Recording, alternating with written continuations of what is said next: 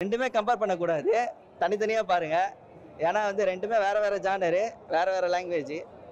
அதனால அது கம்பேர் பண்ணாம பாருங்க தனித்தனியா. கண்டிப்பா ரெண்டு படமே பிடிக்கும். எக்ஸ்பெக்டேஷன் எங்கேயோ பண்ணோம், ஆனால் அந்த சாட்டிஸ்ஃபை பண்ணல. படம் நல்லா இருந்தது. நானே ஆக்டிங் எல்லாம் நல்லா இருந்தது ப்ரோ. இதுக்கு முன்னாடி ஃபேமிலி சைடாக பார்த்தனாடி வயலன்ஸு ஆக்ஷன் இதெல்லாம் நல்லா பண்ணியிருக்காரு. கதை படத்தில் இருக்குது. கதை தாண்டி இவங்க வயலன்ஸ் கொஞ்சம் எக்ஸ்ட்ரா இது எடுத்திருக்காங்க. ஹீரோயின் போர்ஷன் தவிர மிச்சம்லாம் நல்லா இருக்குது. நல்லா எங்கேஜிங்காக கொண்டு போயிருந்தான். நல்லா இருக்குது. எல்லாருமே நல்லா பண்ணியிருக்காங்க. இப்போ இந்த ஆக்சுவலாக வயலன்ஸ் அதிகமாக இருக்கிற படம், இந்த கில் மார்க்கோ இந்த மாதிரியான ஜானரில் இது நல்லா இருக்குது படம். அடுத்த பாட்டுக்கு லீடு கொடுத்துருக்காங்க. லேக் எதுவும் இல்லை, எல்லாம் இப்போ ஒரே இப்போ கண்டினியூஸாக அப்படியே போகும். நல்லா இருக்கு. பிஜிஎம் மியூசிக் ஓகே, ஓரளவுக்கு பரவாயில்ல. சாங் எதுவும் கனெக்ட் ஆகல.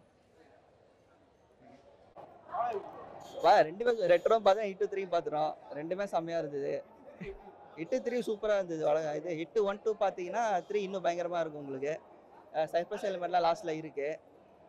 நீங்கள் ஹிட்டு 1 2 பார்க்கல அப்படின்னா கூட ஹிட்டு ஸ்டாண்டர்ட் ஃபிலிமாக பார்க்கலாம். அதுவும் உங்களுக்கு கண்டிப்பாக பிடிக்கும். நானும் எப்போ போல வேற வேலை பண்ணிட்டாரு. இந்த படத்தில் வந்து பல மடங்கு நிறைய எஃபர்ட் போட் பண்ணியிருக்காரு. ஏன்னா இதுக்கு முன்னாடி இது மாதிரி கேரக்டர் பண்ணதில்லை அவர். இது இன்னும் பயங்கரமாக பண்ணியிருக்காரு.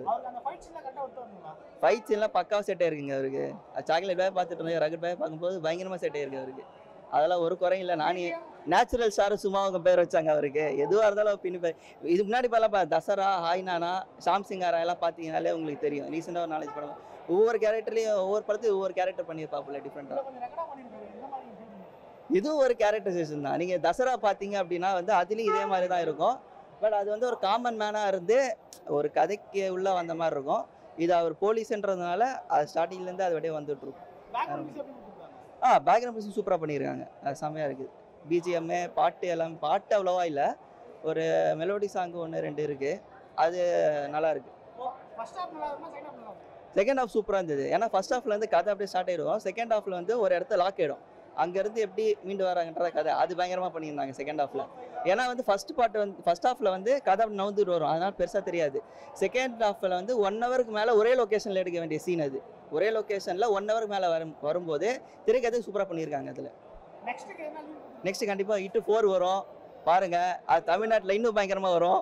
5 4 பார்த்தா தான் தெரியும். ஆனால் கண்டிப்பாக எடுப்பாங்க ஹிட்டு. அது வந்து வண்டியே இருக்கும். கண்டிப்பாக 9.5 தருவேன்.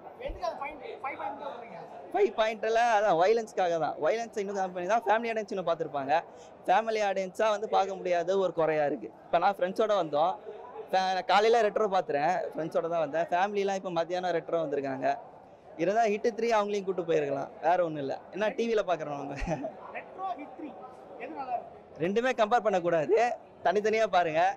ஏன்னா வந்து ரெண்டுமே வேறு வேறு ஜானரு, வேறு வேறு லாங்குவேஜ். அதனால் அது கம்பேர் பண்ணாமல் பாருங்கள் தனித்தனியாக. கண்டிப்பாக ரெண்டு படமே பிடிக்கும்.